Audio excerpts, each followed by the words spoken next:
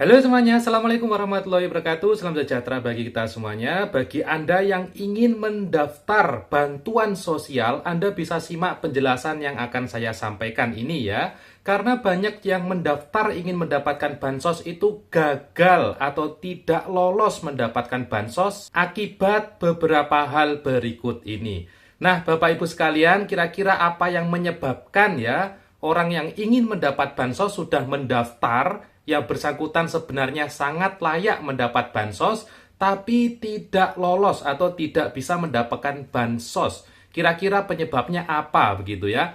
Pada kesempatan kali ini Bapak Ibu akan saya perjelas ya. Dan bagi Anda yang ingin mendaftar untuk bisa mendapatkan bantuan sosial, Anda bisa simak dulu penjelasan yang akan saya sampaikan. Mudah-mudahan dengan penjelasan ini bisa membuat Anda semakin paham dan juga bisa mempersiapkan diri untuk bisa mendaftar sehingga Anda bisa lolos. Harapannya seperti itu. Nah Bapak Ibu, seperti apa info lengkapnya? Berikut penjelasan lengkapnya.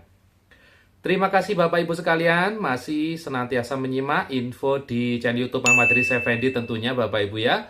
Nah, pada kesempatan kali ini saya tidak membahas terkait ground checking karena juga sekarang masih proses ya, masih belum selesai. Tapi di sini saya ingin ada satu topik pembahasan ya. Mungkin info ini tidak terlalu penting bagi penerima bansos atau bagi yang sudah menerima, tapi ini bisa juga menjadi wawasan ataupun sumber referensi kepada Anda semua, misal ada tetangganya yang ingin mendapat bansos, tapi tidak lolos atau belum mendapat sampai saat ini.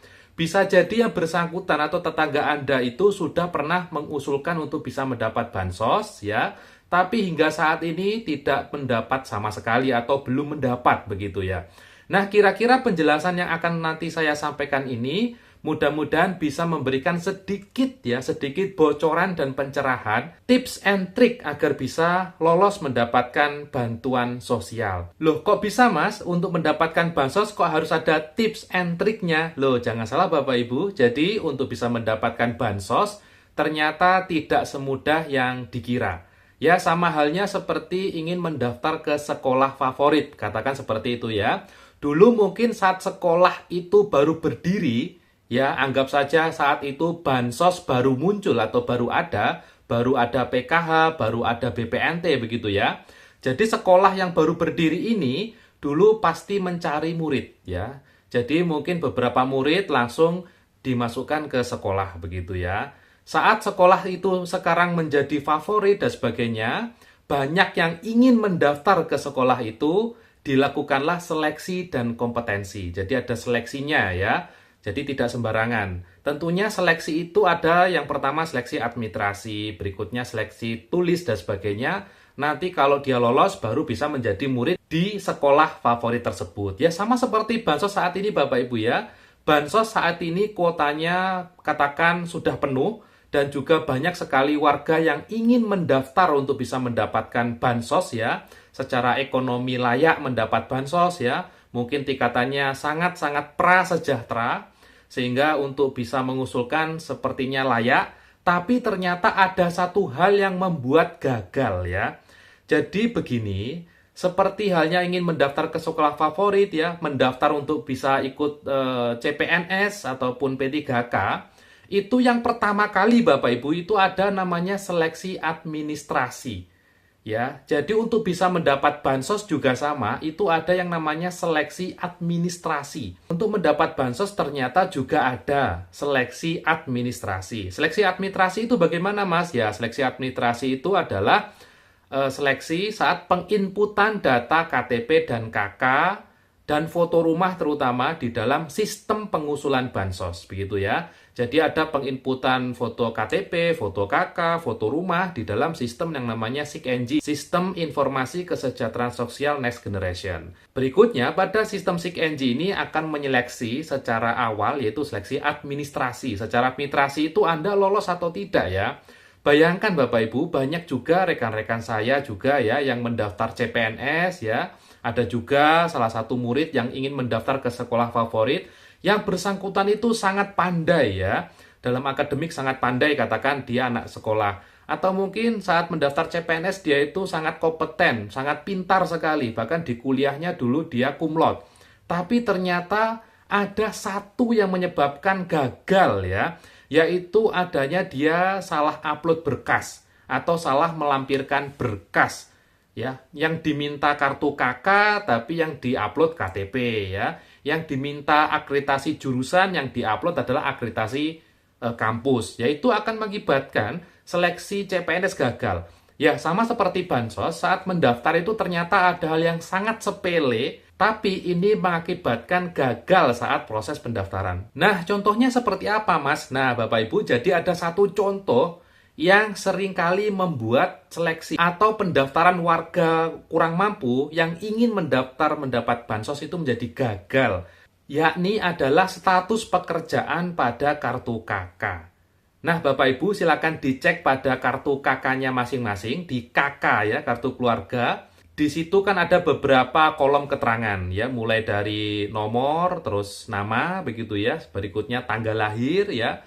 Berikutnya adalah pendidikan terakhir ya, juga ada pekerjaan. Nah, yang paling banyak mengakibatkan gagal saat mendaftar untuk bisa mendapat bansos adalah kolom pekerjaan. Silakan dicek kolom pekerjaannya, karena menurut saya pribadi ya, dan ini adalah beberapa pengalaman teman-teman yang juga sudah melakukan proses pengusulan baik di desa atau kelurahan ya, banyak teman-teman yang menyatakan, oh ini kok kebanyakan gagal Mas ya. Setelah kita cek ternyata pada kartu KK-nya, di sana kebanyakan tertera ya, di beberapa penyebabnya tertera status pekerjaan karyawan swasta. Ada yang pekerjaan pegawai desa.